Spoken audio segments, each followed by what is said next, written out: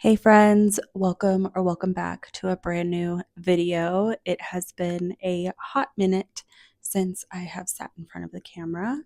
I have missed you guys, and today we're going to be talking about the books I read in June and July.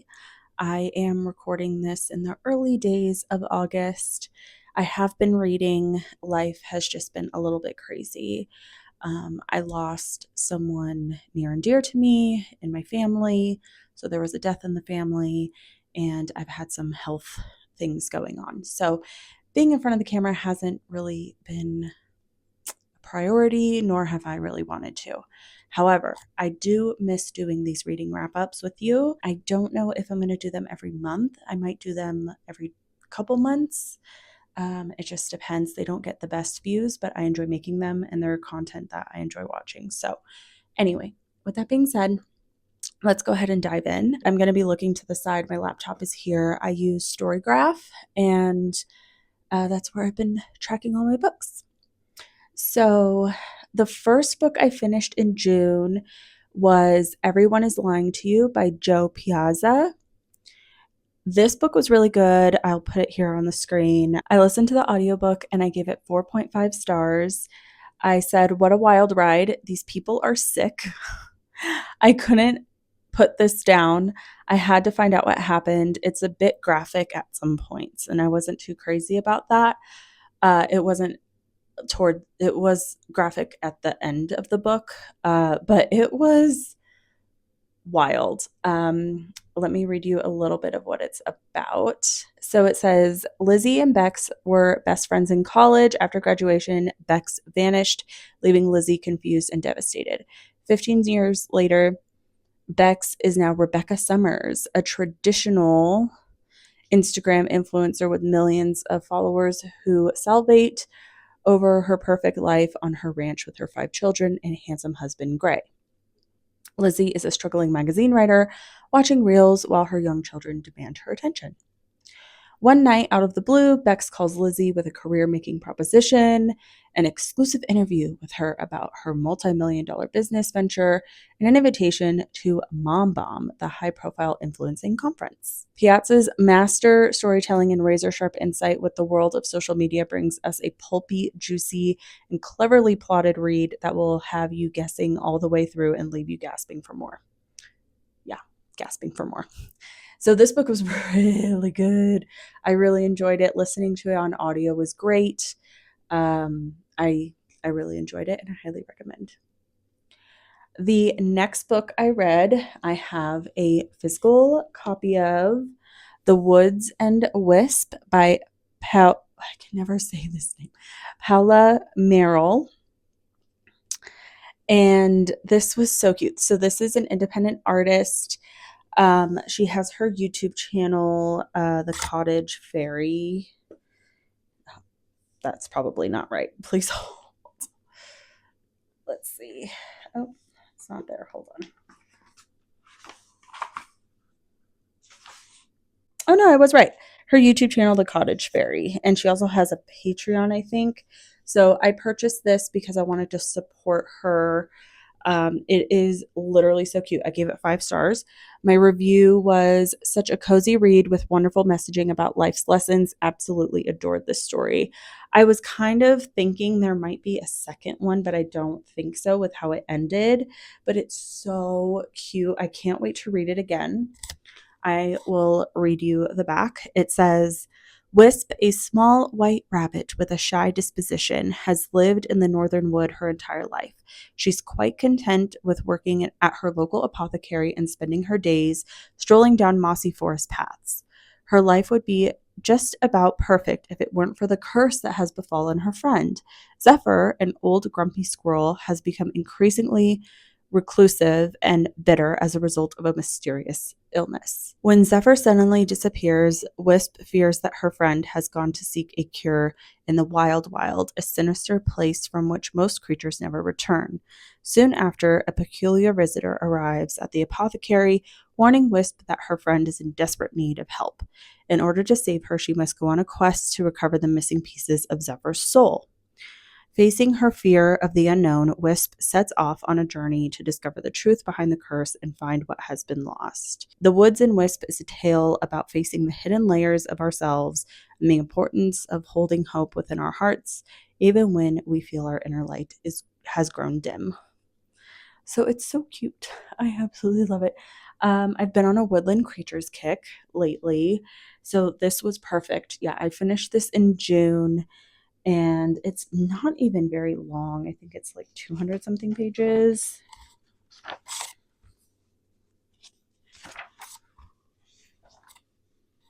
Oh yeah, it's like 234. So not bad. It was very quick. I didn't want to put it down and it was so heartfelt and so cute. Absolutely loved it. So I highly recommend this one. The next book I finished, this was an audiobook. This is part of the Dream Harbor series. So the first one is Pumpkin Spice Cafe, I think, and then the Christmas Tree Farm. And then this one is the Strawberry Patch Pancake House. This is the fourth one in the story. Listen to it on audio, like I said. I gave this one 3.5 stars. I didn't even actually write a review on it. That's funny. I liked this one more than I thought I would. I didn't buy the physical copy. I do collect these books, and now I'm thinking like, okay, maybe I should donate them or something. I like the first two. The first two are super cute, and then they're kind of just meh. This one was a single dad trope, so that already didn't really do anything for me, but it actually ended up pretty good. It was pretty honest. It kind of, there were some points where it made fun of itself being a romance novel and a single dad trope, and that has to do with like a book club scene that I'm thinking of. So it does kind of actually talk about cliches and it does kind of make fun of itself, which I kind of enjoyed. It says, as a renowned chef, single dad Archer never planned on moving to a small town, let alone running a pancake restaurant. But Dream Harbor needs a new chef, and Archer needs a community to help raise his daughter Olive. I love that name, Olive. Iris has never managed to hold down a job for more than a few months, so when Mayor Kelly suggests Archer is looking for a nanny and Iris might be available, she shudders at the thought, but in need of money, she reluctantly agrees. As Archer and Iris get used to their new roles, is it possible that they might have more in common than they first thought, or is Olive just determined to play matchmaker? So it was cute. Oh, I realized I didn't even turn my light on. Using my fancy equipment, and I didn't even turn my light on. Okay, so what was I saying? Yeah, so this one was cute. It was fine. I'm glad I didn't purchase it and I just read it on or listened to it on audio through my library, which was great. The next book I read, I finished on June 12th, was The No Show by Beth O'Leary. I'll put the image here. I borrowed this from a friend. I have since given it back. Otherwise, I would show it to you. This one was super cute. So my girlfriend loves Beth O'Leary, so she buys all the books. And so she's like, you have to read this one. It's super cute. I said, what a wild ride. Oh, I gave this 4.75 stars. What a wild ride. I did tear up at the end because it was really touching. And I do have a little spoiler in my review that I'm not going to say because I don't want to give anything away. I do like that on Storygraph, you can put in a spoiler and like it blocks it out and then you have to like click on it to see it. So that's kind of cool. 4.75 stars. This one was really cute. Really cute might not be the right word. Really relatable, I would say. Real life situations happen that you can relate to, not just frivolous, fluffiness. So it says Siobhan is a quick-tempered life coach with way too much on her plate. Miranda is a tree surgeon used to being treated as just one of the guys on the job. Jane is a soft-spoken volunteer for the local charity shop with zero sense of self-worth. These three women are strangers who have only one thing in common. They've all been stood up on the same day, the very worst day to be stood up, Valentine's Day. And unbeknownst to them, they've all been stood up by the same man. So when I was reading this, I did not realize the twists and turns that were going to take place. But I actually really liked it. I mean, I gave it a pretty high rating, and I don't think I would read it again, but it had moments that were touching. It had characters. I related to Jane the most personally. So yeah, I recommend this one for, I wouldn't say a cozy romance by any means, but a interesting mix of characters and an interesting situation that you really wouldn't expect. So I would recommend this one. Okay, the next book I finished that I did not give a rating, or I don't even think I wrote a review on it. No. Is Don't Sweat the Small Stuff. And it's all small stuff. Simple Ways to Keep the Little Things from Taking Over Your Life by Richard Carlson. He has since passed away. I don't remember the year. 2008 maybe. I don't remember. Which I probably shouldn't guess, but yeah, he has since passed away, but he has a ton, and his wife has carried on these books, a ton of these, depending on your situation.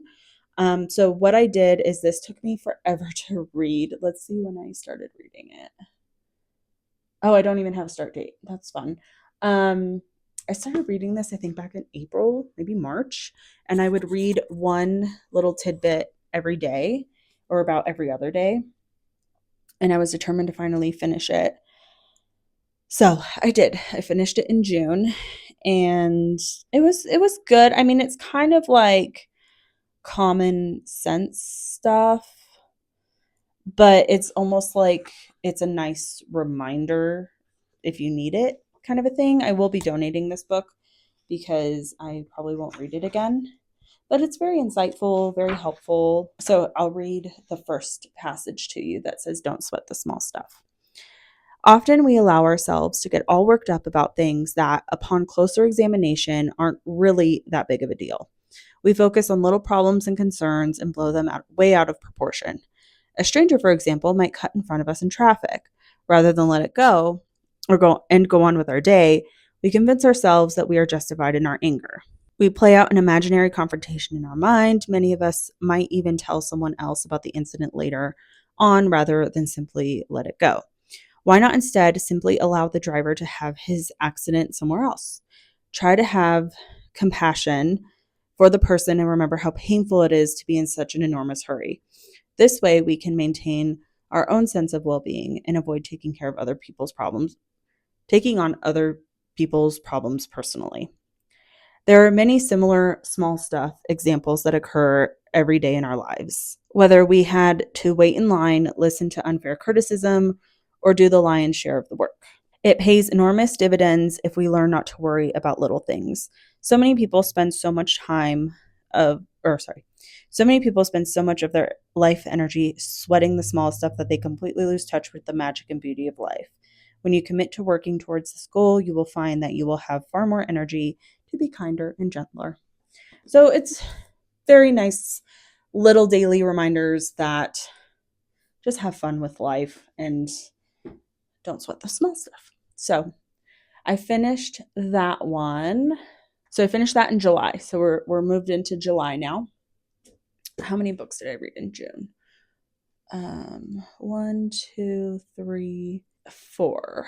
I read 4 books in June, 3 books in July, which makes sense. I haven't listened to a lot of audiobooks. I've been grieving and dealing with a lot. So honestly, as long as I'm still reading, that's all that matters. So the next book I finished was Raisins and Almonds by Carrie Greenwood. I am reading the Franny Fisher murder mystery series. I'm collecting all of them through thrift books. I'm purchasing them, and I've been enjoying this series. Unfortunately, though, this one was my least favorite. It took me forever to finish, and also it just wasn't very interesting. Like, the TV show adaptation of this book is much better than this one, actually.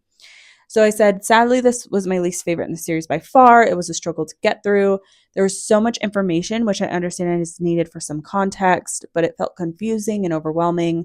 I liked the episode of this one better as it was more precise and streamlined. This book felt all over the place with lots of details mixed in. And what I mean by that is there there is a formula that they are trying to track down in this one. And there was like 2 full pages, maybe more, going through the scientific chemical things of how this formula worked. I just skipped over it. I was like, this is so boring. Like, I literally don't care. And then there was a lot because this takes place with a different religion. It's the Jewish religion, and this is in the 1920s. So the upheavals and injustices and things like that. Um, they were talking about that, which is fine. But there was so much context. I mean, there's even like Yiddish words, which I think is cool. Like, don't get me wrong. I think this is cool. I think it could have been shorter. And I think there could have been a way to share this information that was more easily digestible than being more scientific and going into history. Like, I was just confused. It took me forever to finish this. It dragged on and on and on. If you liked it, kudos to you. This one just took me forever to get through. So it was my least favorite, not for the context of the story, because I did like the overall story. It just had so much information that I just could not keep track of. I like the TV show better. The TV show covers the main points and gets it done, whereas the book is way more detailed, way more information. So definitely not my favorite, unfortunately, but it's not going to hinder me from reading this series. I'm going to see if somebody can word it better than I can, because I am sucking with my words right now. Overall, for this book, the average rating is 3.67, which is not that high. Okay, so this person DNF'd it basically, or just said they're not reading this anymore, gave it 1 star. This one had about as much subtlety as a sledgehammer. And if there was as much time spent plotting the mystery as researching and filling it with chapters worth of stereotypes, it might be enjoyable. Didn't even finish. Don't care who did it. Too much history, not enough story or character. Exactly. Like, there was too much detail, too much scientific things about that stupid formula. And then there was so much backlog history, which is fine, but I think there's a way to go about it. Another person said, found this one boring. Yeah, so wasn't my favorite. Okay, moving on. This book was so good. Okay. Good joy, bad joy. I got this from Book of the Month. I loved this book so much. It brought me to tears. It actually sent me in a little bit of a spiral because I read this in the midst of my grief. Still grieving, but midst of grief. And oh my God, it was so good. And that's a good thing that I was crying. I like to read things that are relatable to me. It makes me feel not so alone, even though these are fictional characters. The situations are still very real, very relatable. So I cried a lot reading this book, and it gave me a lot to reflect on. So I gave it 5 stars. This book was so good. I could not put it down. Very inspirational, deals with love, loss, infidelity, the layered complexity of being human, and finding yourself no matter how old you are. I would read this again. Absolutely loved. So I will definitely keep this and read it again at some point. It was so good. Let me tell you a little bit of what it's about. For over 80 years, Joy has played by the rules. She's been a devoted wife and mother, contributing to the community in her small Hudson Valley town, but her quiet existence is jolted when she learns that her best friend Hazel only has months left to live. Hazel has always been the more adventurous one of their duo, and she seems at peace with all that she squeezed out of her long life. Yet Joy realizes she can't say the same. Determined to live boldly and make the most of the time that she and Hazel have left together, Joy steps outside of her comfort zone and into a bit of trouble. But as her foray into rule breaking escalates into community petty crime, Joy must consider what kind of legacy she wants to leave behind and whether there's a way for her to embrace the liberation that bad Joy offers without losing all that she holds dear. Is it ever too late to become who we're meant to be? With laugh out loud, hijinks, and emotional heft, Good Joy, Bad Joy is a heartwarming and wise celebration of the choices we make and friendships we cherish and the lengths we go for love. So this book is so good. I highly recommend. Absolutely loved it. And the cover is actually really pretty. So I'm excited to read more from this author. My friend is going to give me her other book she thought was really good. So I'm excited for that. Alrighty, the last book I finished in July is Summer's End by Juno Black. I am so sad because this is the second to last one and I didn't realize that. So the next one is the last one and I'm so sad. It takes place in fall though, so I'm going to wait until fall hits to read that one. I collected these as well. I haven't read the little novellas because they're on Kindle, I think, but this is so cute. So this one was super fun. I gave it 5 stars. I said, I love this story. Unfortunately, the last chapter, the very last chapter, not the epilogue, but the chapter before, had some inconsistencies that kind of made me go back a couple pages and be like, wait, did I miss something? So it kind of took me out of the story because of some continuity errors. But despite that, it was fun, adventurous, and an enjoyable read with some of my favorite characters. So I absolutely loved this one.